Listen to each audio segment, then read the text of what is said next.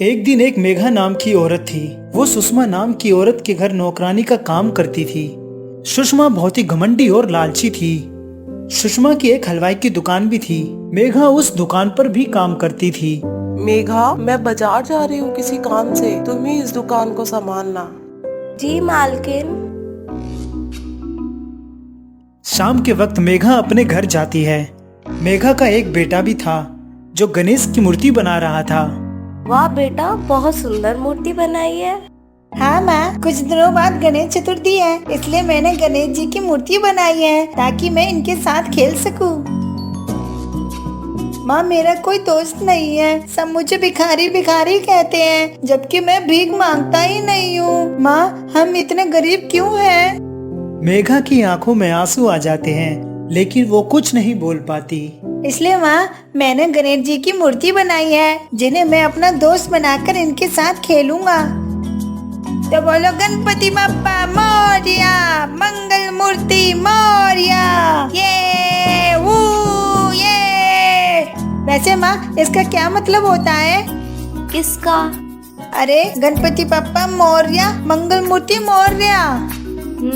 बताती हूँ। किसी समय महाराष्ट्र के चीड़वाड़ गांव में एक महान संत थे जिनका नाम मोरया गोस्वामी था। वो गणपति के बहुत बड़े भक्त थे। एक दिन उनके सपने में गणेश जी आए और उनसे कहा कि उनकी मूर्ति नदी में मिलेगी। उन्होंने सभी को बताया, लेकिन सब उन पे हंसने लगे। ठीक ऐसा ही हुआ। अगले दिन नदी में नहाते समय उन्हें गणेश जी की मूर्ति मिली। इसके बाद लोगों ने मान लिया कि अगर भगवान गणेश जी का सबसे ज्यादा और सच्चा भक्त है वो सिर्फ मोरया गोस्वामी है। तब से सभी लोग मोरया गोस्वामी के दर्शन करने लगे। सभी उनके पैर छू के मोरया कहते थे, तो जवाब में मोरया गोस्वामी मंगल मूर्ति कहते थे। तभी से सभी गणेश जी के भक्त गणपति बप्पा मोरया, मंगल मूर्ति मोरया कहने लगे। ये सच है माँ? हाँ। तो बोलो गणपति बप्पा मोरया, मंगल मूर्ति मोरया, गणपति बप्पा मोरया, मंगल मूर्ति मोरया, गणपति बप्पा। मोरया।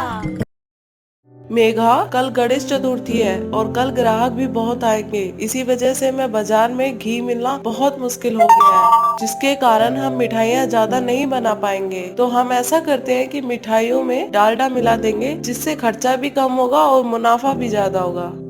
लेकिन मालकिन जी, ये गलत है। इससे लोग बीमार पड़ जाएंगे। हम चंद पैसों के लिए पाप नहीं कर सकते हैं। हमें ऐसा नहीं करना चाहिए। तू मुझे मत सिखा क्या सही है और क्या गलत। तू सिर्फ एक नौकरानी है, जैसे मैं कहती हूँ वैसा कर, वरना कल से तू काम पे मत आना। ठीक है ना, मैं ऐसा करूँगी और न ही तुम्हें करने दूंगी। अगर ऐसा करने की कोशिश की तो मैं पुलिस को बता दूंगी। मेघा काम छोड़कर चली जाती है। जब वो घर पहुंचती है तो वो देखती है कि राजू बिस्तर पे लेटा है और जोर जोर से सांसें ले रहा है।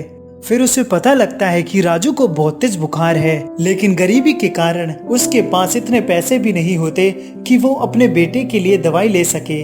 तो वो वापस अपनी मालकिन के पास जाती है, लेकिन उसकी मालकिन उसे उल्टा सीधा बोल के वहाँ से भगा देती है। मेघा को समझ नहीं आता कि अब वो क्या करे। मेघा रोने लगती है, लेकिन ये सब गणेश जी ऊपर से देख रहे होते हैं।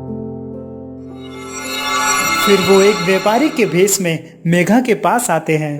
क्या हुआ बहन, तुम इस तरह यहाँ क्यों रो रही हो? क्या कोई समस्या है? भैया जी, मेरा बेटा बीमार है और उनकी दवाई के लिए मेरे पास पैसे भी नहीं है। मुझे समझ नहीं आ रहा कि अब मैं क्या करूं।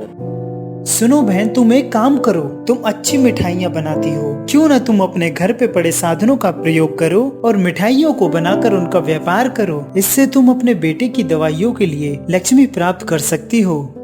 मेघा को ये उपाय अच्छा लगता है। वो तुरंत अपने घर के साधनों से मिठाइयाँ बनाती है और बेचने लगती है। लेकिन जब ये बात उसकी मालकिन को पता लगती है कि मेघा मिठाइयाँ बेचकर उसके ग्राहक ले जा रही है और उसकी दुकान से ज्यादा मेघा की दुकान पर ग्राहक है, तो उसे बहुत जलन और गुस्सा आता है।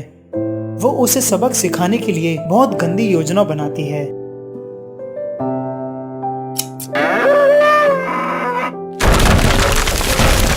मेघा के सारे लड्डू जमीन पर गिरकर बेकार हो जाते हैं।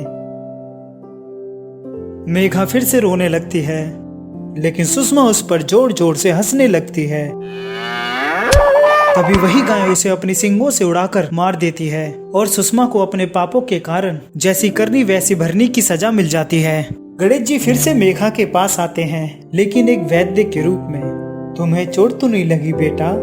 नहीं, मैं ठीक नहीं हूँ बाबा जी। मेरे सारे लड्डू गिर के बेकार हो गए। मेरे पास अपने बेटे की दवाइयों के लिए भी पैसे नहीं है। अब मैं क्या करूँ, कुछ समझ नहीं आ रहा।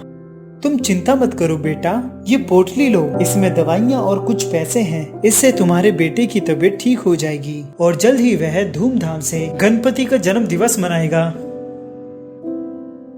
मेघा उस पोटली को ले लेती है और जब वो घर जाके खोलती है तो उसमें एक और पोटली और लड्डू होता है। मेघा उस लड्डू को देखकर चौंक जाती है। वो समझ जाती है कि गणपति जी ने उन्हें दर्शन दिए, वो भी एक बार नहीं 2 बार।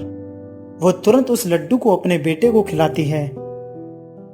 कुछ ही देर में राजू पूरी तरह से ठीक हो जाता है। मेघा उसे गले लगा लेती है। हे मेरे गणपति, हे मेरे देवता, हे जीव जगत के बप्पा, मेरे बेटे को ठीक करने और मुझे इस गरीबी से दूर होने का रास्ता दिखने के लिए बहुत धन्यवाद। माँ, बोलो बेटा। गणपति बाप्पा मोरया। चलो माँ, गणेश जी का विसर्जन करने चलते हैं। ठीक है बेटा, चलो।